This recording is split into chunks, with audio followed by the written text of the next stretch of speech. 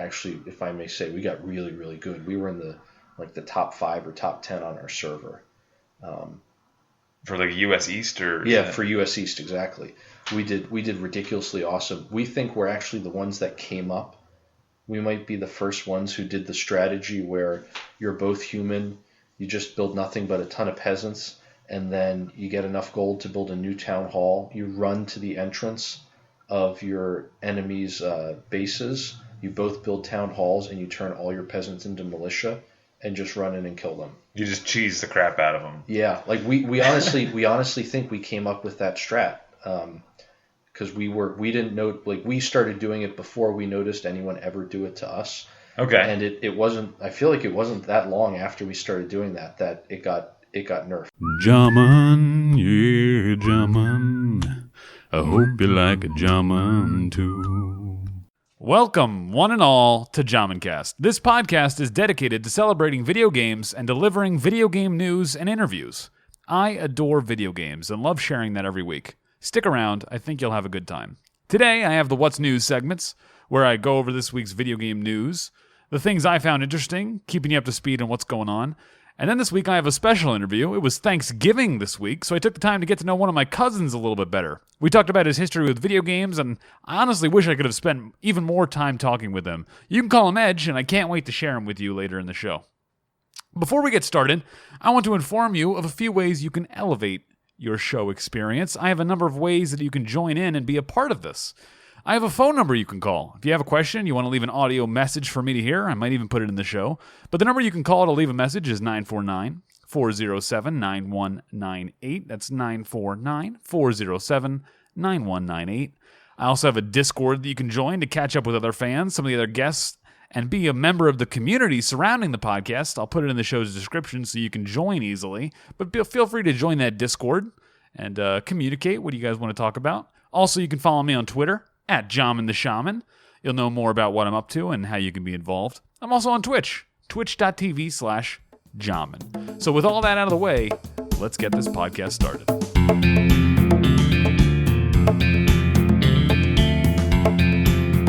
What's news, everyone? I'll tell you what's up. So my first news story for video game news this week, I want to talk about Google Stadia. I talked about it a little last week, but this week is really the final, I don't know if it's the final nail in the coffin, but there's someone definitely building a coffin right now for this app. Google Stadia has been downloaded over 175,000 times as of Thursday, November 21st, 2019. That is abysmally small for a new application. Like, some of the new games that came out have millions of downloads, like Dr. Mario games and all this. So Google Stadia only has 175,000 across all the mobile platforms. So Google Stadia is out. It's not looking good. I talked about it last week, but this week even more has been revealed. Not only do they have a terrible model for selling their product, the product itself doesn't seem to work very well.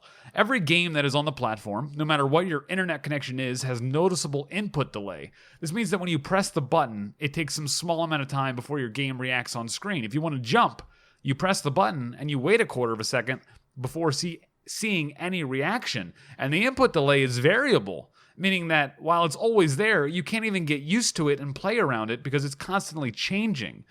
So another thing that happened, Google is getting flack because one of the big draws for their service was playing some of these games, these older games, in 4K, being able to play these games in 4K resolution. It turns out games are not being played in 4K.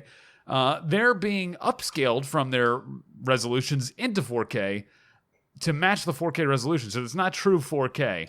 And so people are really mad about that. And of course, Google is coming back with, well, it's not our fault the game's not 4K compatible. That's the developer's fault for not making a 4K game. The game has not been out. It's been almost a decade, some of these games. Of course they're not 4K compatible. So people are a little mad about that. Because I think it's just something to complain about. The Stadia platform itself just doesn't work. It's really messed up. And so they blame the game developers for not putting out a compatible product, which is just laughable in itself, but also they only have, 22 games or something on the platform. It's another product being launched with blinders on, okay? People are just praying that it's going to work. Nobody wants to stand up and be the guy to say, hey, things might have to change. They want to collect their paycheck. It must be terrifying to have Google throwing money at you, asking you to perform, and then You have to be the person to stand up on the Stadia team and say, oh, hey, maybe this won't work. No. You put on blinders. You keep making your product. You push it out because, you're getting paid for it. You're doing your job. And it's someone else's job to say, hey, this isn't going to work. That's someone up on higher on the pay grade, right? So I don't blame the people working on Stadia. I just blame all the people making the decisions. It's ridiculous, honestly. It's a huge debate in many games how their netcode works, right? Like if you watched Overwatch launch, if you watched any first-person shooter, you'll see discussions on their netcode and how the developers have created their game to take advantage or hide things in the netcode to make their game balanced and fair to play across multiple internet connections. Now, imagine adding a second netcode layer on top of that the developers have no control over, they have no idea about because they didn't develop their game with that in mind. Google has the audacity to ask people to make their games better for a platform that nobody wants. So I feel like this will be the last time I speak about Stadia. Maybe I won't. Maybe something else will happen. But I can't imagine this thing taking off. You can see this with the download numbers. Only 175,000 downloads for the Stadia app. That's just a tiny dent for something that was supposed to revolutionize gaming. It honestly is just, it's baffling looking at Google Stadia and trying to understand where Google is coming from, where they think this is going to work. Because you pay for the games full price, you pay for the subscription. Where is the benefit to having this? The games play worse, they look fine, but like what's the benefit? And it's just silly, and we'll see. Maybe it'll take off, but I think it's going to go the way of Google Glass. It'll just be one of these products that we never hear about after a couple years. Another thing I want to talk about, Half-Life Alyx. I think that's how you say it. It was announced last week. It's a proper Half-Life game, but it's not Half-Life 3. So it's kind of not a proper Half-Life game, right? Okay, so it's a VR-only title, but it looks really good. So it might be one of these games that people will play virtual reality for finally. You might actually go out and buy a virtual reality headset just to play a new Half-Life game. People have been asking for Half-Life 3 since Half-Life 2 came out. It's been forever, or feels like forever. But VR is a very niche market that's constantly being propped up. Everyone's always saying, oh, VR, here it goes. Here we go. I mean, we had the Virtual Boy back in the 90s, and that obviously did terrible. And then we have, virtual reality coming out now this decade, and it's been okay. There's been some really cool games, but it's still like this very niche market where it takes a lot of money to get into VR. Then you have to buy the games, and then you have to have which VR headset do you have, depending on the quality of the headset, depends on what game you can play. And that's a lot like PCs. You have a minimum spec requirements. And then does your VR headset, is it wireless? Is it wired? And then it's honestly, it's really crazy. I would love to see VR become cheaper and easier to get because people just aren't buying into it. And it's not like, this isn't Half-Life 3, right? A lot of people want Half-Life 3. Lots of people, including myself, just assumed we would never see another Half-Life game. So seeing them announce one, it was exciting, but also kind of confusing. I don't see any virtual reality gear. I don't have any virtual reality gear, but the trailer for it looks really good. There's lots of customizable weapons. It looks like honestly a proper Half-Life game. But like I said, it's really worrisome how many different VR things there are. Is the trailer and what they showed, is that going to stand up on every virtual reality headset that's out there? So programming a game, not knowing what the final product's being run on, it can be very challenging. So we'll see how that goes. A recent interview with Geoff Keighley, I should know his name because he's pretty big. He shed some light on the development of Alyx. The developers in the interview, David Speyer, Robin Walker, Dario Casali, discussed the conception and creation of Half-Life Alyx, stating that it has been conceived as a virtual reality game first, before it was thought of as a Half-Life game. So Valve wanted to make a AAA virtual reality game. The goal, they said, was to come out with the big, all-encompassing AAA high production value VR title that the platform was currently lacking. Walker added that while there was certainly pressure to do a Half-Life game well, given that one hasn't been made in over a decade, starting with virtual reality first and then applying the Half-Life IP to it made the process a lot easier, because he believes it would have been a lot harder if they had tried to make Half-Life 3 first from the start. So he was quoted as saying, back in 2016, when we started this, Half-Life 3 was a terrifyingly daunting prospect.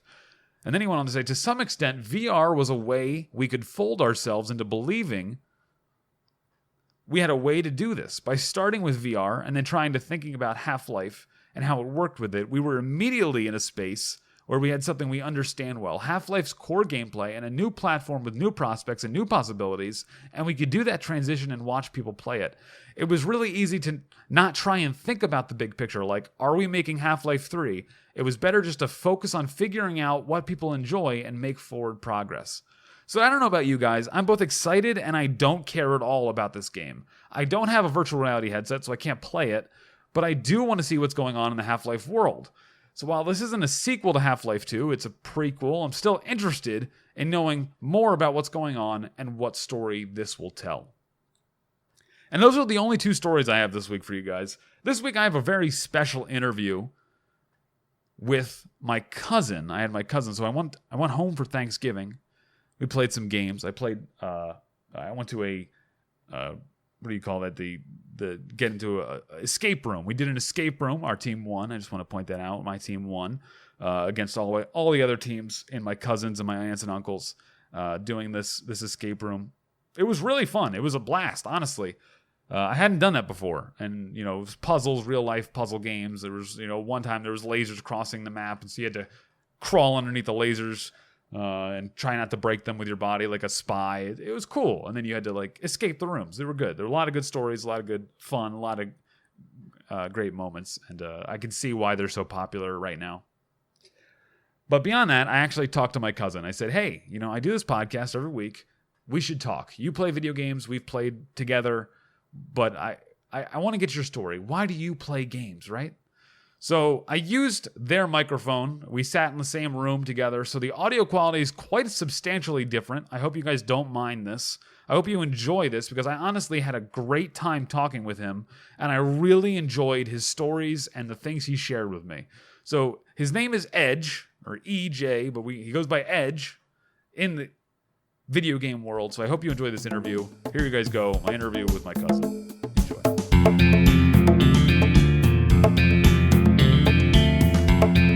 Welcome, one and all, to another Jhaman Cast interview. This week I'm joined by another gamer. He's my cousin. We grew up seeing each other at holidays, and his personal story with video games is something I wanted to record and share with you. You can call him Edge, and I'm so glad he's here today. Thanks, man. How are you? I'm doing good, bud. How you doing? I'm good. This is our first interview for me where I'm actually in person with somebody. Up till today, every interview has been just something. So if it sounds different to you listeners, it's because we're sitting at the same microphone. Very, very close. Somewhat uncomfortably. Uncomfortably close. That's okay. So the first question I have for you, the question I ask everyone is, what's the first game that you ever played that left an impression on you? So that's a really easy question because it's also the first game I played, period. It was Brood War. And actually, Jhaman here and his brother were the ones that really got me and my brother, who happens to be Marco, got us into it. And we fell in love with the game. It was awesome. And then I also started doing the campaigns. So this is kind of a testament to the old story writers that they used to have at Blizzard, because I still remember I didn't realize that Brood War was a sequel. So I started playing the campaign thinking that it was its own standalone story. And the dialogue and everything and the character development was so well done that you could jump into the middle of the story and things still made sense. And then later I found the regular StarCraft campaign and played through that and was like, oh, wow, this is a great prequel. It just goes first to begin with. But no, I fell in love with Brood War, the ability to play a game with each other when we were far away. It was just awesome because we were in different states at the time. Like you said, we only saw each other for holidays. Yeah. So it was it was a great, great game. It was ridiculously well balanced. It was a great, great game all around. Yeah, StarCraft was incredible. Marco, when I interviewed him, did say that he played Super Mario Brothers on the NES. And you're saying that StarCraft's your first game you ever played? Oh, well, computer game. First computer game. Okay. Sorry, yeah, no, that's true. We did grow up with the NES, as I'm sure a lot of your listeners did. Would any of those games you say also leave an impression on you? You don't have to just leave computer games. We can talk about board games. We can talk about any. Like, was there any game that you were like, gosh, I love? if we want to do board games, then it's got to be Risk, hands down. Risk? Yeah, that was the first game that really left an impression on me. That was just it was awesome. It was, I don't know if it was because the map was the whole world, if it was like the global aspect of it that made it seem so epic, but it really did. There was just an epicness, if you will, about Risk. How old were you when you first played Risk? Oh my gosh, I can't even tell you. I remember being young enough that, like, I guess I couldn't really like understand or any kind of strategy on my own, so I like sat on my dad's lap, and like he would just let me roll the dice, and then he would kind of explain like, okay, these armies are attacking here, these armies are being attacked over there. So, and then as I got a little older, then I obviously could play on my own, and we would play that together as cousins and with our friends, and it was just it was a great game. Simple but still a lot of fun. Yeah. I remember you taking Australia a lot. I feel like that was your goal. Would you say that's true for Risk, that your initial is always take Australia? Yeah, hands down. I forget where I picked that up from, but yeah, that was always kind of goal number one, was take Australia and just turtle your way out through Asia. And while everyone else is killing each other, you basically just keep building up an army and taking only one country a turn, and that's it. It's much easier to fight a one-front war than it is to fight. Yeah, because the nice thing is you're in a cul-de-sac in like the true military sense of the term. There is only one way in and out. Your back's up against the wall, and everyone else only has one way in, and you don't have to worry about a back door. Unlike if you try to take North America. Yeah, you have three ways in North America, right? Yep. Through Greenland, through Alaska, through South America, Mexico. Exactly. So were video games and games also, were they a social thing for you, or did you do them alone? Like, obviously you were saying that Brood War, because we could play them across state lines, we could play with people, but was there ever an individual skill thing you were worried about, or was it a social experience? Like, how did you personally?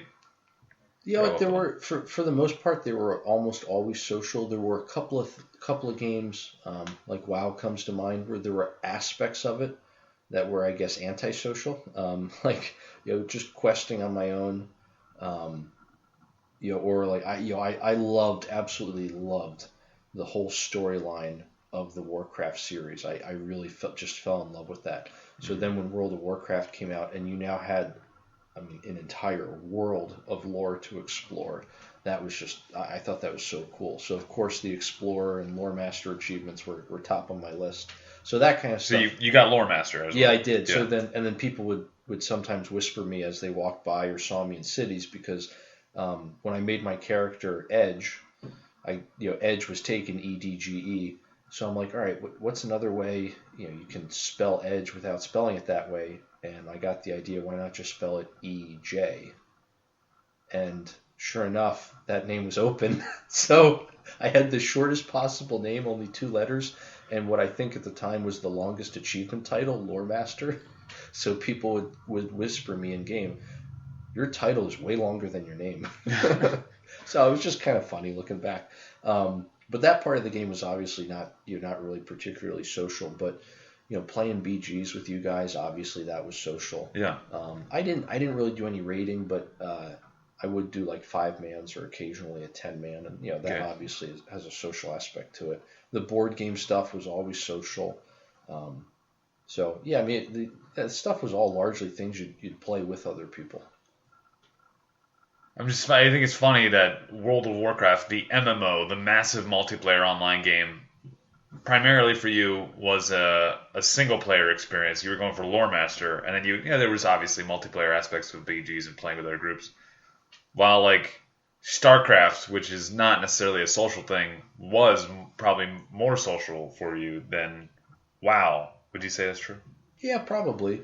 I really, really fell in love with, again, the storytelling, both from StarCraft and then from Warcraft as well. But especially, those RTSs, it was so much fun playing with you or with Marco. Mm-hmm. In fact, actually doing 2v2s, Warcraft 3, when they had Reign of Chaos before Frozen Throne came out, Marco and I got actually, if I may say, we got really, really good. We were in the top 5 or top 10 on our server. For like US East or Yeah, for US East, exactly. We did ridiculously awesome. We think we're actually the ones that came up. We might be the first ones who did the strategy where you're both human, you just build nothing but a ton of peasants, and then you get enough gold to build a new town hall. You run to the entrance of your enemy's bases. You both build town halls, and you turn all your peasants into militia, and just run in and kill them. You just cheese the crap out of them. Yeah, like we honestly think we came up with that strat. Because we didn't know, like, we started doing it before we noticed anyone ever do it to us. Okay. And it wasn't, I feel like it wasn't that long after we started doing that it got nerfed. Where only your main town hall or whatever it was. Gotcha. So maybe can turn your guys into militia. Okay. I don't know. We didn't always cheese, but that was just something really fun. What was your favorite race in Warcraft? In the Warcraft 3? Ooh, probably the one I was best at was human. But my favorite to play was probably undead.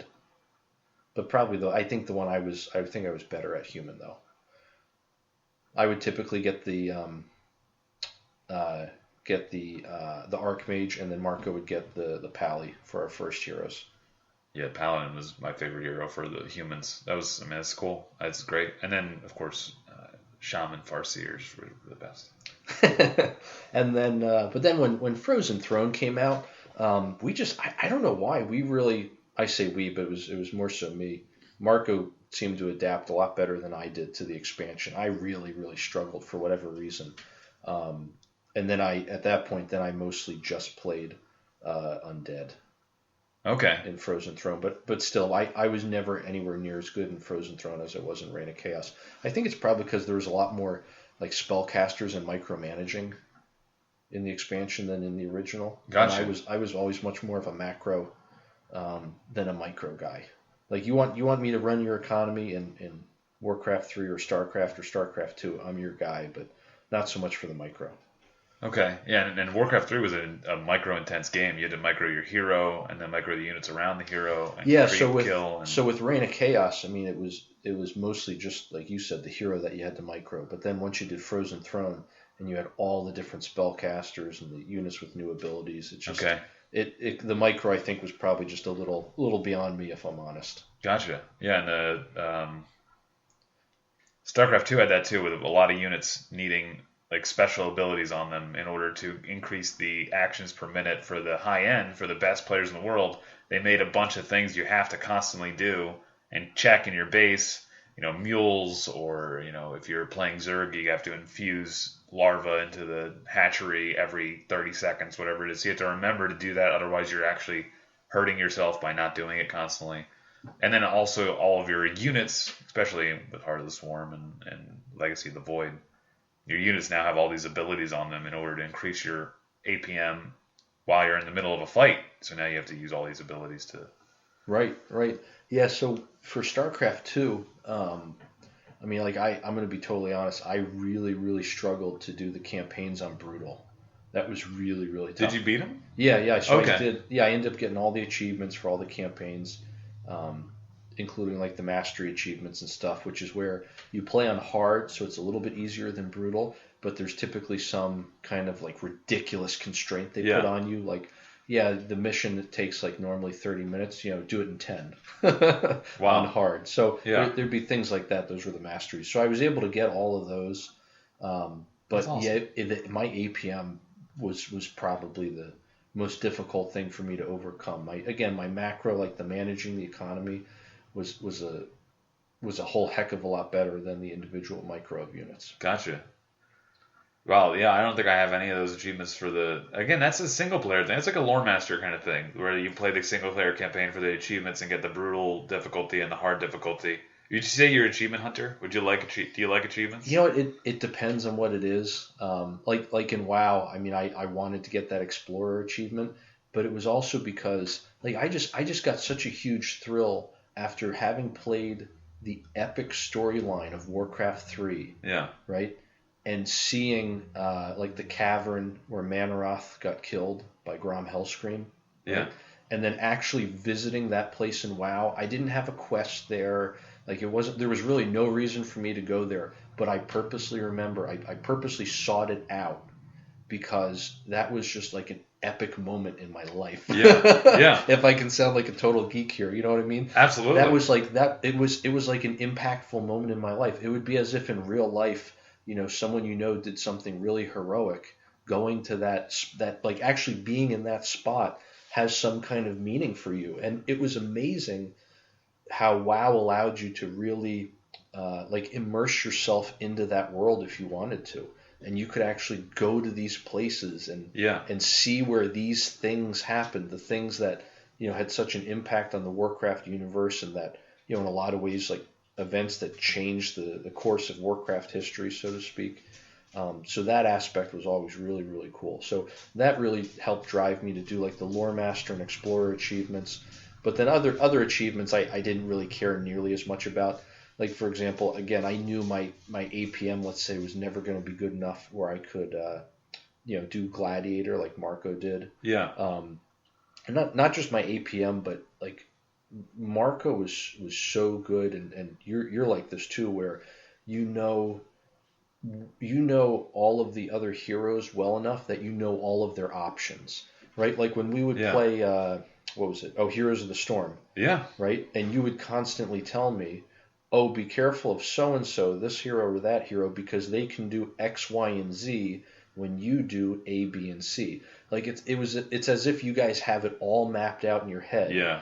What everybody can do and how it relates to what everybody else can do. And that's really impressive to me. But I was never, quite at that level. So like playing BGs with you guys in WoW was about as good as I could get. You know what I mean? Yeah. The arena was just not my forte. I was going to get smoked. Honestly, I would play arena with Marco and my brother, who went by Thunderer at the time. Then they got a Gladiator together, those two, so we can.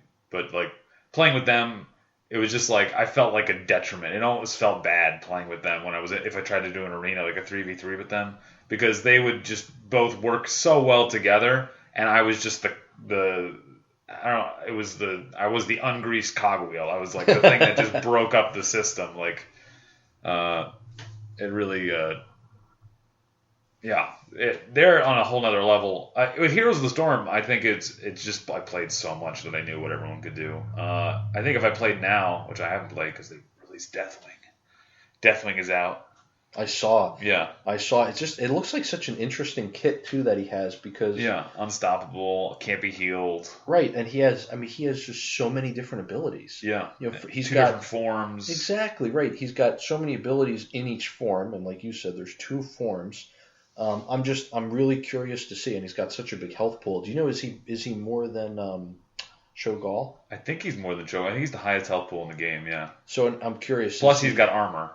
Like, yeah. And then who is it? Is it Stukov does he still have the highest auto attack, or is Deathwing going to have a higher auto attack? Oh, like a melee, like an actual, just like the actual hit itself, the damage itself is the highest. Because I was a one-trick hammer, basically, in that game, and I was all pissed off when they introduced Stukov and his auto attack was more than Hammer.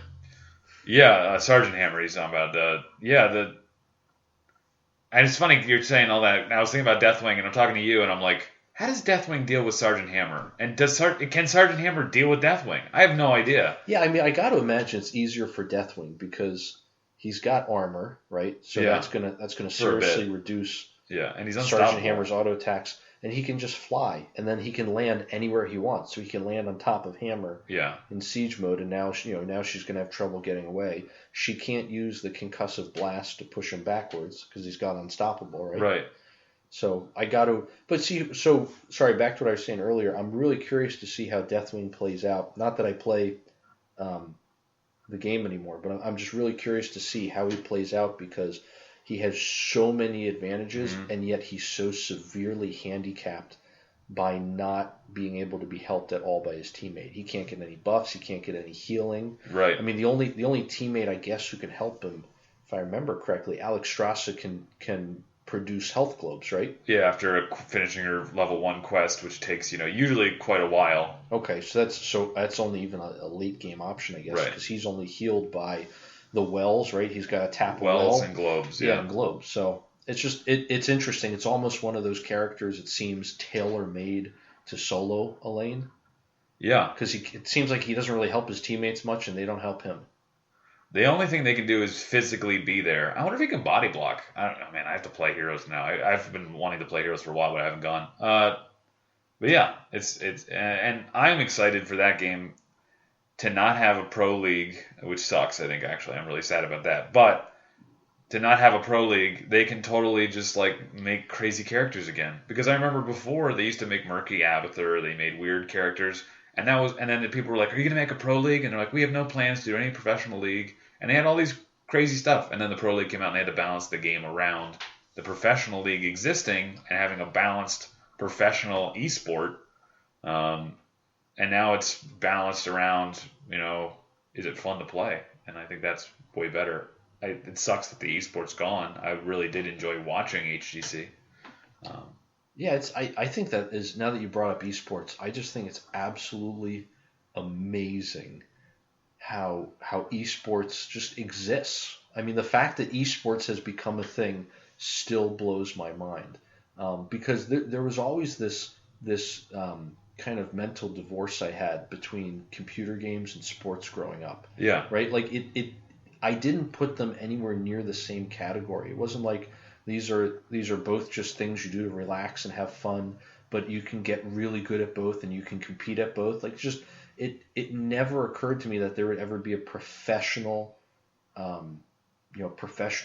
branch on that tree, so to speak. Yeah. Right? Like it just like being a professional Microsoft Word typer. Right, exactly. Which I guess is a thing though, but I mean some of you could be a typist. Some of that I think is just because of the time we grew up. Yeah. Right? I mean, computers were still coming into their own. The internet in large part was still coming into its own. You were telling me yesterday something that was pretty great about you and Marco playing, I think, Brood War, and how having to deal with the technology at the time and the communication. Do you want to tell us? So this is I'll do the Brood War. There's a great Brood War story, and then I think an even better WoW story. But we'll start with the Brood War one. Okay. So way back when, we didn't have cell phones. There was no Wi-Fi. That wasn't a thing. This is like the 90s or 2000s. I think it might have even been the 90s. Well, really? Whatever the case. Yeah. Well, if it was Brood War, that was late 90s, early 2000s. Yeah, right? I think in 99 or so it came out. So, we're... just completely guess. Could be completely wrong. I'm sorry, but it's fine. Yeah, we have a router, and it's got. Is this dial-up? You know what? I think we had DSL. I can't remember. I think because the second part of the story, it wouldn't make sense if it was dial-up. Yeah, it's got to be DSL. Although I do remember we did get. The second part of the story does make sense because we did pay for a second phone line. Oh, second phone line. Okay. I remember that was like such a big deal. We had to pay for a second phone number in order to get our dial-up get connection. Phone calls. Right. Because at first, when we first got the dial-up connection, we were missing phone calls because people would call the house and it's using the exact same line. It wasn't like today where Comcast or whoever runs a single coaxial into your house and you can get phone, internet, and TV, everything down that pipe. Yeah. So anyway. To make a long story endless, we're playing Brood War, but our router has 4 internet lines on it, and one goes to the study. One, I forget where the other 2 went, but the other one goes down to the basement. So those were the only spots we could actually plug our desktops in. Laptops, that wasn't really a thing. Like a gaming laptop didn't even exist back then. Uh-huh. So we're in different areas of the house. So a lot of times it's too inconvenient to try to type to each other. So we're like, all right, how the heck are we going to communicate? Well, if no one's home, we leave all the doors open and can just scream really loud, I guess. Okay. But then we realized, hey, both of us have a phone right next to us. The landline. Yeah, these are landlines, like with a cord and everything. Again, there's no cell phones. So what we would do is we would pick up, right? And we would just like... I'm trying to like do it as I say it, but we would stick the phone between our ear and lift our one shoulder up to hold it there, because obviously one hand's on the keyboard, the other's on the mouse, and we talk to each other that way to try to like coordinate strategy and movement of troops and whatnot and figure out what we're doing. But the really funny thing was after about 30 or 45 seconds of of you not dialing or anything, the phone would think it was off the hook and would just start beep, beep, beep, beep, like real obnoxiously. So then we'd have to like drop the phone when we had a second, with the free hand, put the phone back on the receiver, and then like count to 5 or 10 to give the other person time to do it, and then pick it back up again when you had a free moment and start the whole thing all over again. My God. So I mean, it was the most ridiculous thing ever looking back, but at the time, I mean, it was as if you were, it was as if you were playing next to each other. Yeah. It was like the forebearer of Ventrilo and stuff. Yeah. And it was just, we have to. This is the problem. We have a problem. We can't talk to each other, so we're going to talk to each other through the phone. Oh, new problem. It now beeps at us every 30 seconds. All right, let's find a solution. We both have to hang up at the same time and then pick up again so we can keep talking to each other. It doesn't matter what's happening in game. Every 30 seconds, we're going to have to hang up and pick back up. Yep, and coordinated. So then, but when Warcraft 3 rolled around, we ended up, our parents had a bigger desk in the study, and I would literally have to lug my computer up from the basement and set it on the desk next to Marco. Yeah. So then I could plug into that, that other Ethernet port on the router, and then we could finally play next together. So I'm sure that's part of the reason why we were able to do as well as we did in Reign of Chaos, because we were sitting literally right next to each other, and it was just perfect communication coordination. Yeah. So then a few years later, right, we're playing WoW, and now my computer's in the study, and Marco's computer is down in the basement, and he started playing before I did. In fact, did he start playing before you did, Jhaman? Do you remember? World of Warcraft? Yeah. Oh yeah, he was the first of us. He was the first person playing WoW, and then he got Thunderer to play, because I distinctly remember seeing my brother playing his character Thunderer, and he was in Daenerys, and he's on his 40% speed mount, and he presses spacebar, and he makes the mount go up and whinny and whatever that's called when he bucks and puts his hooves up in the air. But he was on top of like a sand mound in the middle of Daenerys, and I was like, this is like a Western movie. Like, it was so cool. Like, the sun was behind him, and his character went up, and on the mount, like, even though it was an undead horse and it was only a 40% mount, I was like, this is an epic game. This game is so awesome. Like, you can, and like the whole world is out there, and you can go anywhere. So it's interesting you say that, because that reminds me then I got to play. Part of what made WoW so epic for me was the landscape, right? Uh-huh. You had, so I started in BC, but even before Northrend, right? There were areas of the world that were snow-capped.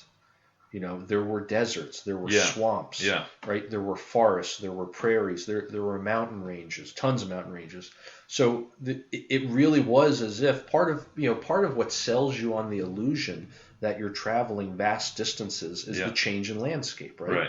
And they were so brilliant that they took that same mechanic from like Warcraft 3, right? Where just the tile set changes, and it feels like, oh, we're in a totally different part of the world. The narrator says we've been traveling for 3 days, and sure enough, the landscape is changed. And there's more water, Right, so it helps like sell you on that illusion, like your brain is along for the ride.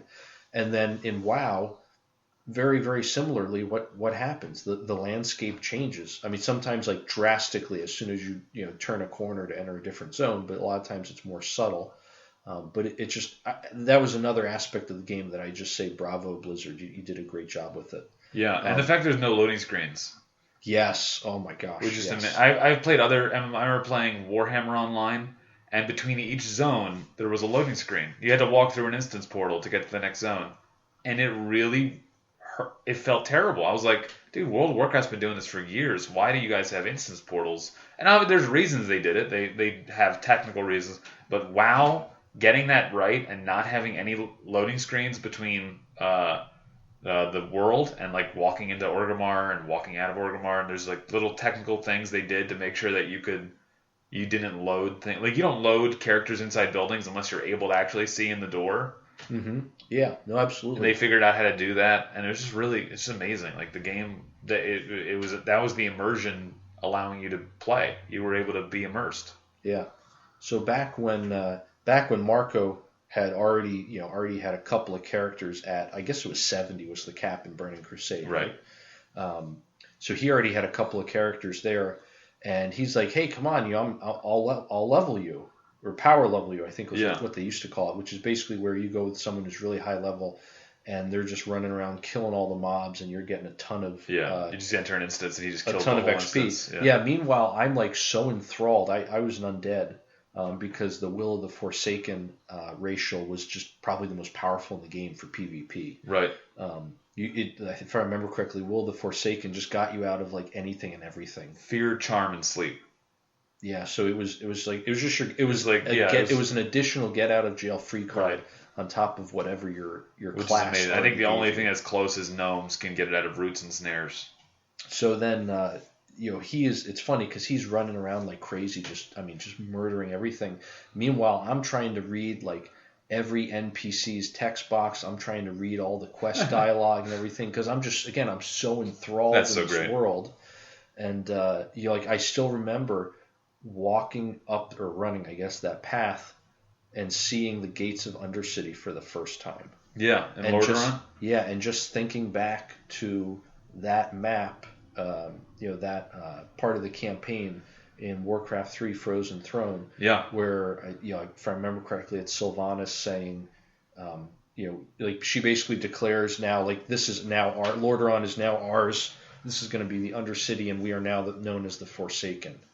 And just like it was as if you got to be part of the epic storyline, right? And meanwhile, Marco is just going, "Come on, what the hell are you doing? Let's go." Yeah. Stop staring at stuff. Stop looking, because he sees my character just like slowly spinning around as I take in the landscape. Yeah. And he's jumping around. You're in King Tyrannus's throne room, and you're hearing oh the music. My gosh. Yeah, exactly. Yeah. You walk in there and you can't help but remember that visual of Arthas throwing open both the doors as the two acolytes march in behind him.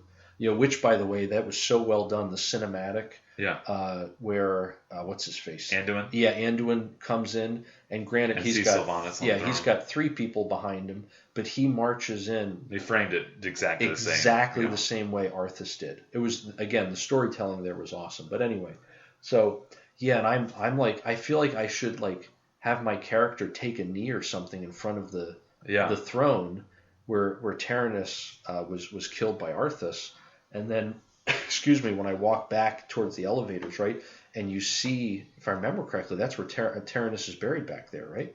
Is he buried behind the throne? That tomb? That's his tomb? I'm pretty sure, if I remember correctly. I believe it. I'm not as big a lore as you are. I love lore, but I'm not. I don't have his your memory is incredible. Same thing like seeing Uther's tomb, which is, I think, in Western Plaguelands. Yep, it's in Western Plaguelands. So like finding Uther's tomb, I didn't even know where it was. Yeah. And I literally stumbled upon it by accident. I forget what I was doing at the time. But again, it's not an emotional experience, but it almost is. It's so weird. Like, you got attached a little bit to the character of Uther during the campaign. And Shadowlands. Yeah, he's coming back, I hear. Of course, they're gonna. Shadowlands is now like, hey, we remember all these people we killed. Yeah, no one's gone, for no one's really gone. No one's ever really gone. Yeah. So anyway, to make a long story endless, so Marco's like trying to rush me through stuff, and I'm kind of like dragging my feet, I guess, and leveling, trying to enjoy the leveling experience.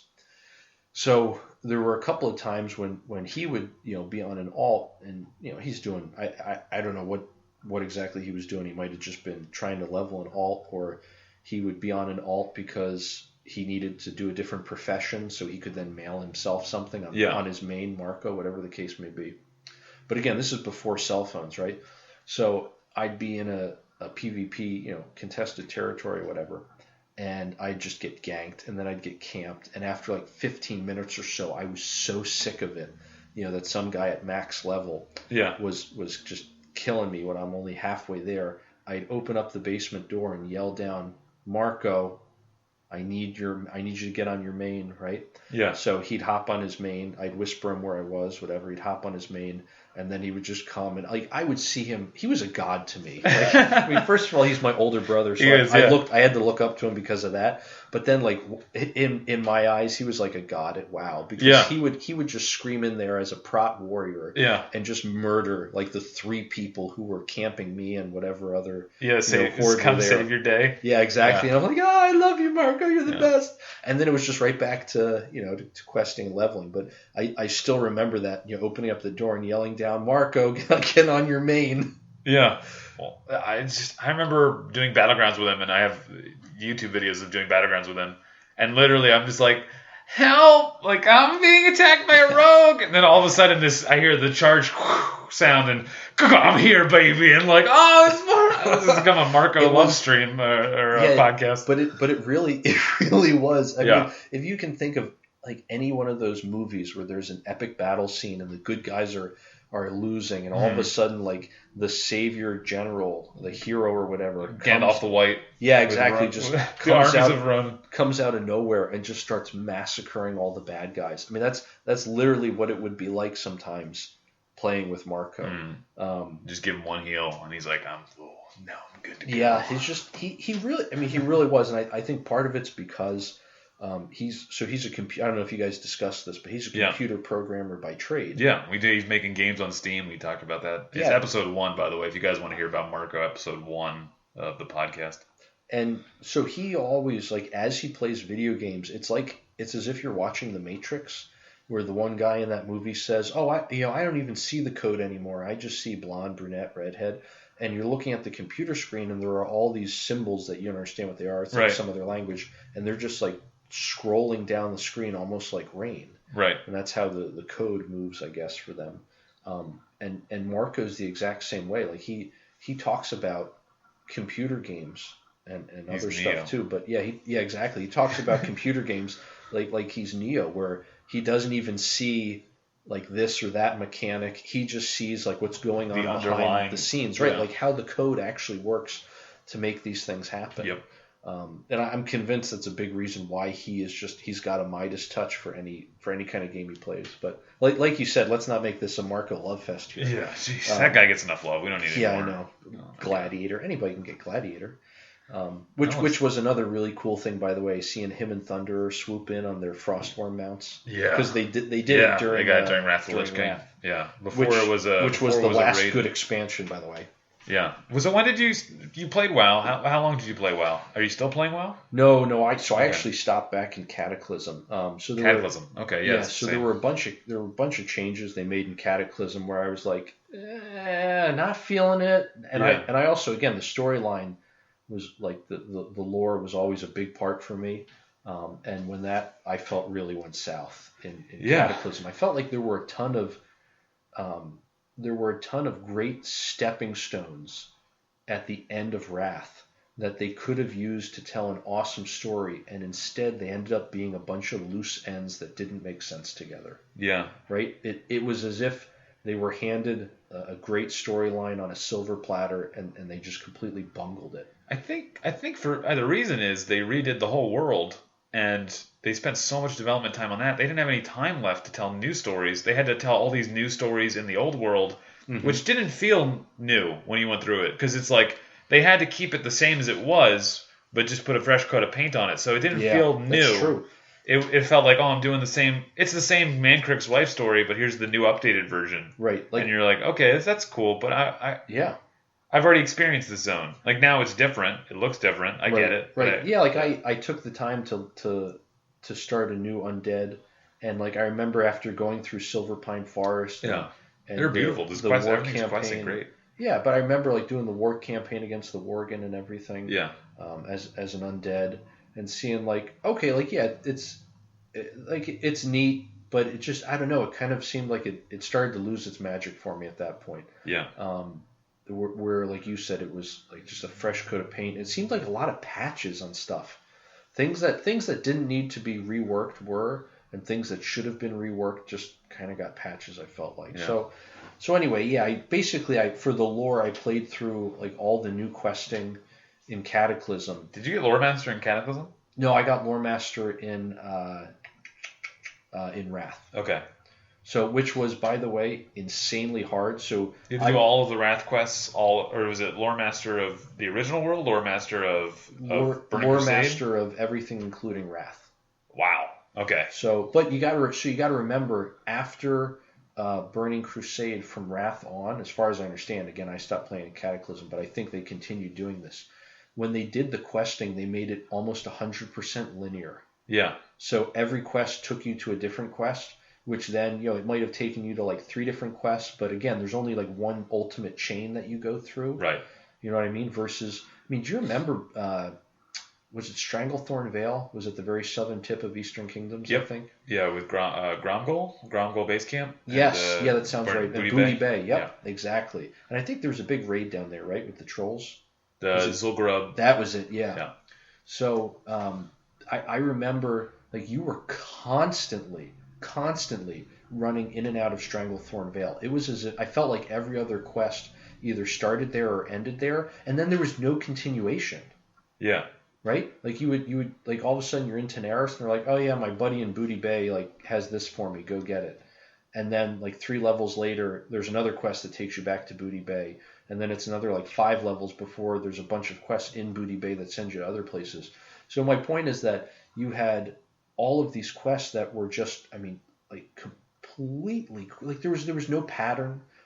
Nothing was linear. Yeah. It was all kind of hodgepodge. It wasn't designed to be all done. Right. And then once you got to BC, then there was a lot of linearness, if you will, that was introduced into questing, but it wasn't 100%. Yeah. And then when you went to Wrath, it was like, all right, everyone follows the exact same path, the exact same story.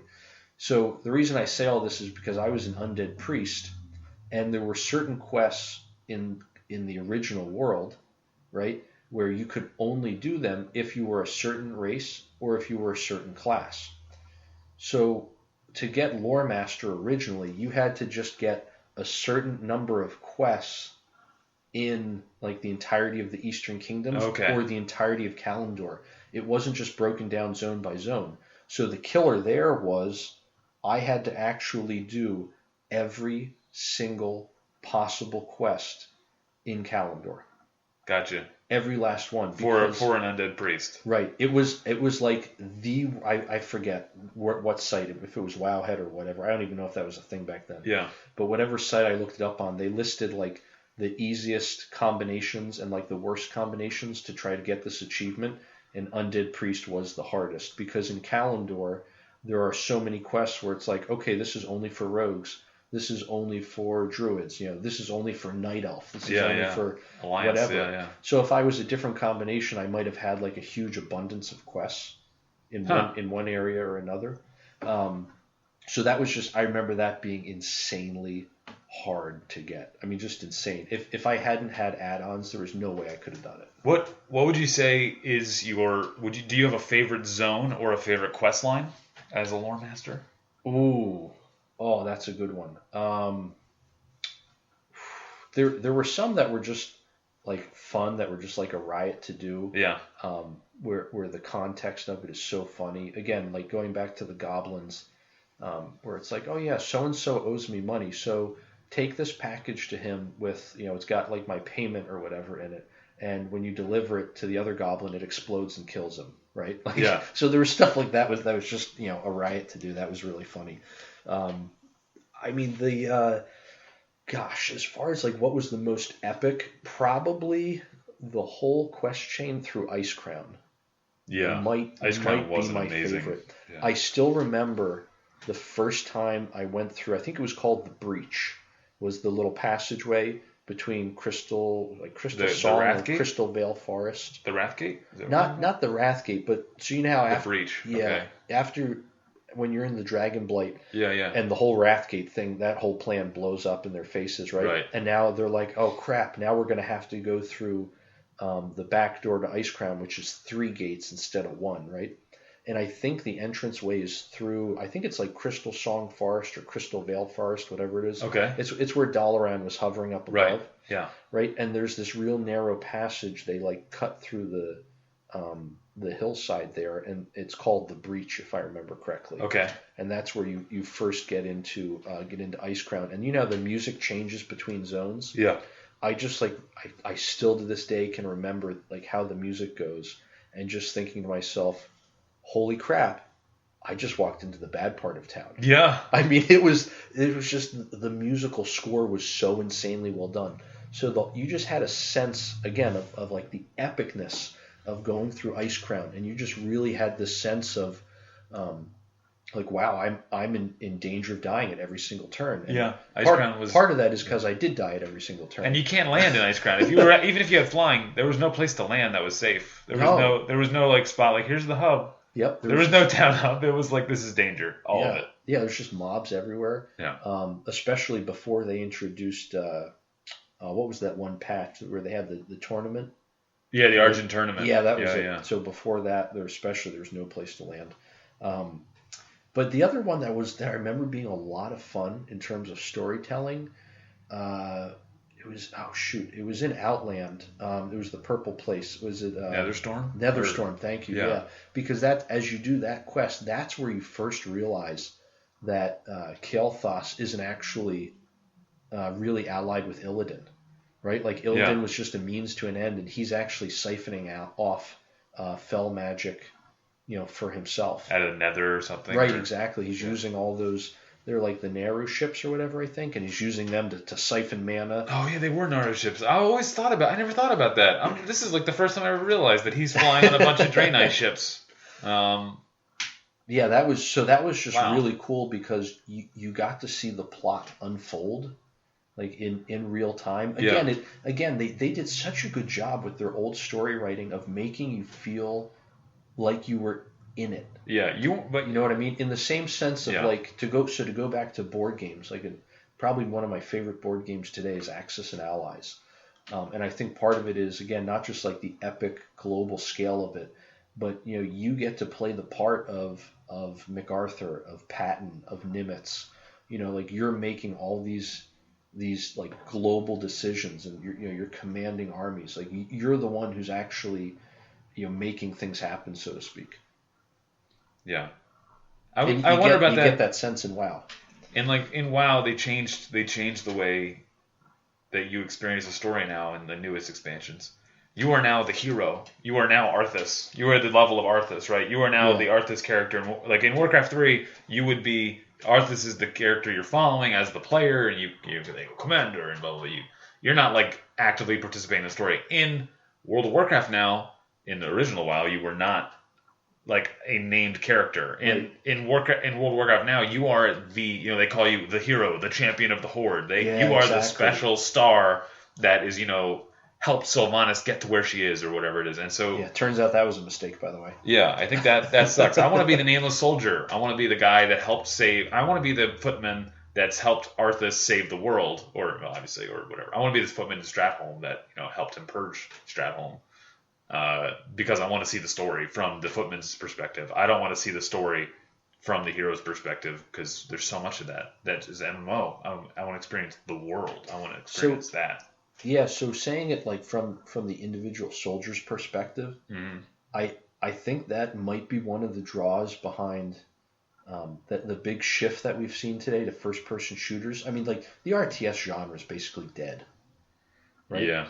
And the first-person shooter is really like the big draw and the big money maker now. Yeah, the shooters, third person, first person, either one. But those are also first or third person, exactly.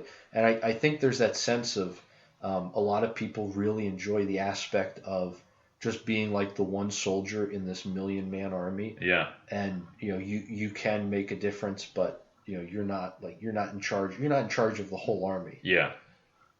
Yeah, you're really just like in the middle of the action. I think Medal of Honor back when I was growing up had that feeling. It was made by Steven Spielberg, and like was it really? I didn't know that. Yeah, the original Medal of Honor, the ones where you stormed the beaches of Normandy back in it was in 2000s or maybe early 90s on PlayStation 2, I think, and just like that feeling of being like you're just an individual soldier, you're nobody, but you're there and you're fighting and you're doing what you can, and yeah, I guess we kind of played on that. We did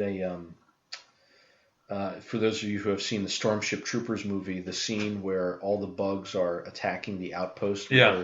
They're holed up and they're waiting for an evac. So Marco and I, years ago, we did back in Brood War, We did a custom map back when it was like super easy to do the triggers because there weren't a lot of options that they gave you. Yeah. Right. Unlike today's StarCraft 2 editor, which is just, I mean, You have to be a insane coder. how powerful. Yeah. Yeah, exactly. Which Marco can do it, but I can't.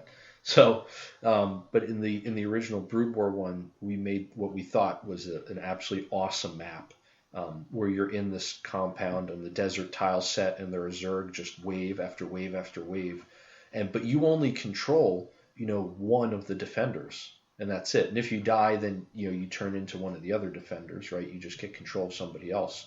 But yeah, you're not like a single hero character. You're just one soldier. Yeah. But it was so much fun. That was another great game.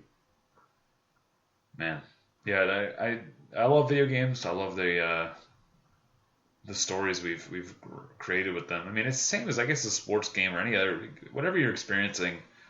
Those are the stories you have of your life. But video games have been amazing, and I want to keep talking to you forever, but I feel like we've gone on long enough, and I want to let you go because we got things to do and people to talk to, and yeah, we can go on for hours. I feel like. Yeah, let's do it again. Okay, yeah, I keep having people ask to do it again. Maybe we gotta start bringing people back for round 2 to go start talking about their video game history. I love it. Let's do it. I'm in, Jhaman. Okay. All right.